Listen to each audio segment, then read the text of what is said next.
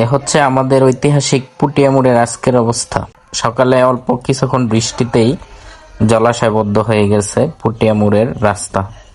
এটা হচ্ছে পুটিয়া মোড়ের মূল পয়েন্ট, মানে মূল বাজারটা দেখতে পাচ্ছেন।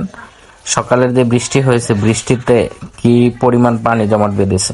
আশেপাশের যারা দোকানদার আছে তারাই পানির কারণে অতিষ্ঠ।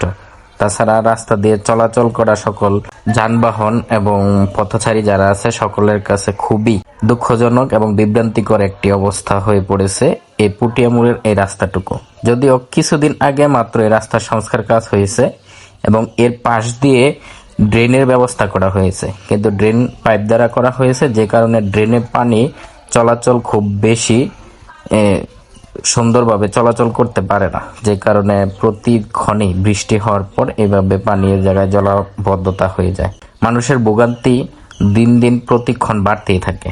যে অল্প পরিমাণ বৃষ্টি হলেও এখানে প্রতিদিনই এরকম জলাবদ্ধতা হয়ে পড়ে।